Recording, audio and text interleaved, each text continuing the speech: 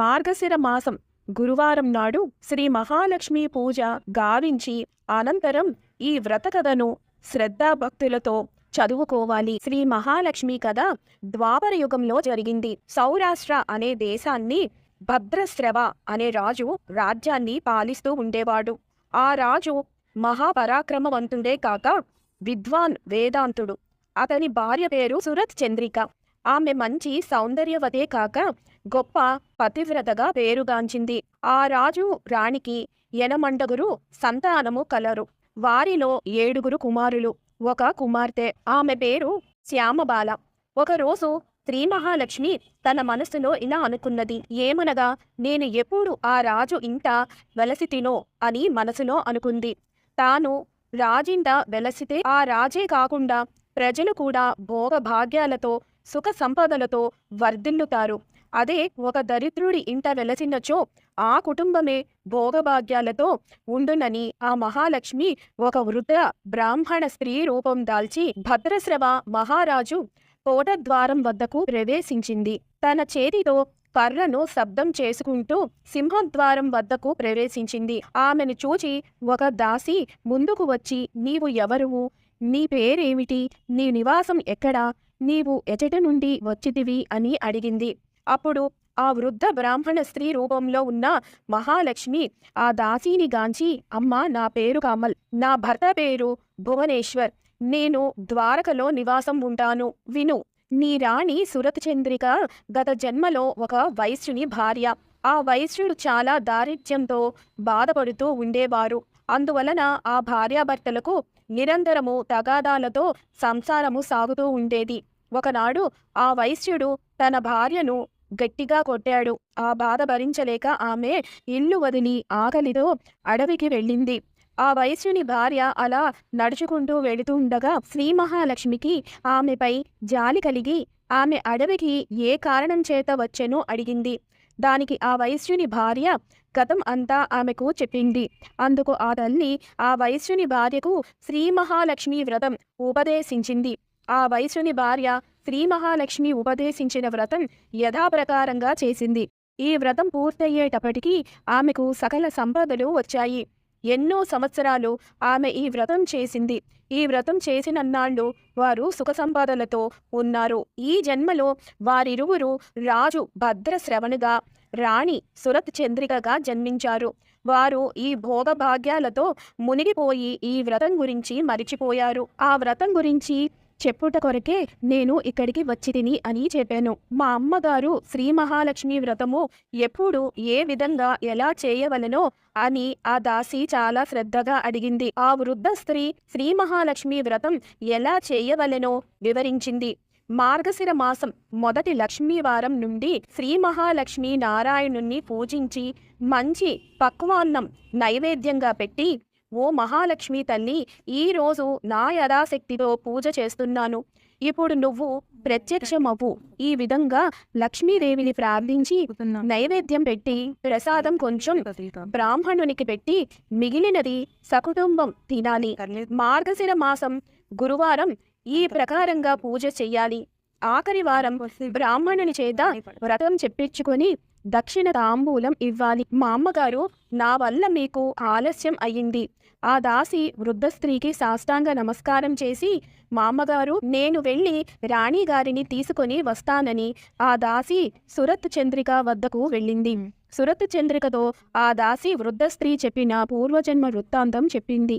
ఆ మాటలు విన్న సురత్ చంద్రిక, వృద్ధ స్త్రీ నాకు చెప్పుట ఏమిటి అని కోపంతో అంతఃపురం నుండి బయటకు వచ్చింది. ఐశ్వర్యంతో భోగభాగ్యాలతో మునిగిన ఆమె గర్వంతో బ్రాహ్మణ స్త్రీ వద్దకు వచ్చి చాలా కోపంతో, అమ్మా, గత జన్మలో వృత్తాంతం తామంతా ఇప్పుడు జ్ఞాపకం చేస్తున్నావు. ఇక్కడ నుండి వెడలిపో అని చేతిలో కర్రను లాక్కొని కాలితో తన్ని అవమానం పరిచింది. దానితో ఆ స్త్రీ, ఓ దుష్టులారా, మీరు దేని గురించి ఇంత గర్వంతో మిడిసి పడుతున్నారు అని ఆ వృద్ధ స్త్రీ గట్టిగా గర్జించింది. నీవు నన్ను పొమ్మని చెప్పడం ఏమిటి? నీ ముందే నేను వెడలిపోతున్నాను. నీవు నన్ను అవమానించావు. నేను వెళ్ళిన వెంటనే నీకు తెలిసి వస్తుంది. అప్పుడు నీవు నన్ను శపించడానికి నీవేమైనా లక్ష్మీదేవివి అని అనుకుంటున్నావా అని సురచంద్రిక కోపంతో ఆ వృద్ధ స్త్రీ చేతిలో కర్ర తీసుకొని అవతలకి త్రోసేసింది. లక్ష్మీదేవి లేచి నిలుచుని కుంటుకుంటూ మూలుగుతూ వెళ్ళిపోయింది. దారిలో వెళుతుండగా శ్యామబాల నిలబడి ఉన్నది. మా అమ్మగారు ఏమయ్యింది మీకు అని అడిగింది. దానికి లక్ష్మీదేవి రాజకోట వద్ద జరిగినదంతా ఆ రాజకుమారికి వివరించింది. మా అమ్మగారు జరిగిన దానికి నేను క్షమాపణ కోరుకుంటున్నాను అని 2 చేతులు జోడించి ఆవేదనతో అడిగింది. ఆమెపై లక్ష్మీదేవికి దయ కలిగింది. శ్యామబాలకు శ్రీ మహాలక్ష్మి వ్రతం గురించి చెప్పింది. వ్రత విధానం చెప్పింది. ఆ రోజే మార్గశిర మాసం మొదటి గురువారం. శ్యామబాల చాలా భక్తి శ్రద్ధలతో ఆ వ్రతం చేసింది. సిద్ధేశ్వర్ అనే రాజుకు మాలాధర్ అనే కొడుకు కలడు. శ్యామబాలకు మాలాధర్కు వివాహం అయ్యింది. శ్యామబాల తన భర్తతో రాజవైభవముతో సిరి సంపదలతో తులతూగుతోంది. లక్ష్మీదేవి కోపగించి వెళ్లటంతో భద్రశ్రవరాజు సిరి సంపదలంతా పోయి వారికి దారిద్ర్యం పట్టుకుంది. పూటకి తిండి లేక, ఒంటికి బట్ట లేక చాలా దారిద్ర్యంతో బాధపడుతున్నారు. ఒకరోజు సురచంద్రిక ఆమె భర్తతో, స్వామి, దారిద్ర్యం వల్ల బ్రతకడం చాలా కష్టంగా ఉంది. మన అల్లుడు మాలాధర్ రాజుగా ఉన్నాడు కదా, మీరు వెళ్ళి మన పరిస్థితి చెప్పండి, అతనికి తోచింది ఇస్తే తీసుకురండి. సురచంద్రిక అన్న మాటలకు భద్రశ్రవకు నచ్చాయి. అతడు అల్లుడి రాజ్యానికి పయనమయ్యాడు. అతడు దారిలో ఒక నది ఒడ్డున ఆగి విశ్రాంతి తీసుకున్నాడు. నీరు తీసుకొని పోవుటకు వచ్చిన శ్యామబాల దాసీలకు భద్రశ్రవ కనిపించాడు. ఆ దాసికి అతని ముఖం చూస్తే రాజులాగా, వేషం చూస్తే బికారిలాగా కనిపించి, మీరు ఎవరు, ఎక్కడి నుండి వచ్చారు అని అడిగింది. దానికి అతడు, ఒకప్పుడు నేను సౌరాష్ట్ర దేశపు రాజు భద్రశ్రవను అని చాలా కష్టంతో అన్నాడు. నేను భద్రశ్రవ రాజుని, ఇప్పుడు బికారిగా అయిపోయాను అని కష్టం మీద చెప్పాడు. అయ్యో భగవంతుడా, ఇతడు మా శ్యామబాల రాణి గారి తండ్రి అని పరుగు పరుగున వెళ్లి శ్యామబాలకు చెప్పింది. అప్పుడు శ్యామబాల మేనక దాసితో వస్త్రాలు, నగలు, ఒక గుర్రం ఇచ్చి తన తండ్రిని సకల మర్యాదలతో తీసుకురమ్మని ఆజ్ఞ ఇచ్చింది. శ్యామబాల తన తండ్రికి పంచభక్ష పరమాణాలతో భోజనం పెట్టింది. సకల మర్యాదలు చేసింది. తండ్రి వెళ్ళేటప్పుడు ఒక బిందె నిండా ధనం ఇచ్చింది. ఆ రాజు ఆ బిందె నిండా ధనం తీసుకొని తన దేశం వచ్చేశాడు. ఇదిగో నీ కుమార్తె బిందె నిండా ధనం ఇచ్చిందని సురచంద్రికను పిలిచాడు. ఆమె ఆ బిందె మూత తీసి తొంగి చూచింది. సురచంద్రిక ముఖం నల్లబడింది. బిందెలోని ధనమంతా బొగ్గులాగా మారాయి. లక్ష్మీదేవి కోపం వల్ల అలా జరిగింది. కొన్ని రోజుల తర్వాత సురచంద్రిక తన కూతురు ఇంటికి వెళ్ళింది. ఆ రోజు మార్గశిర మాసంలో 3వ గురువారం అయిపోయి 4వ గురువారం. శ్యామబాల ప్రతి గురువారం ఏ విధంగా పూజ చేసిందో ఆ గురువారం కూడా అదే విధంగా పూజ చేసింది.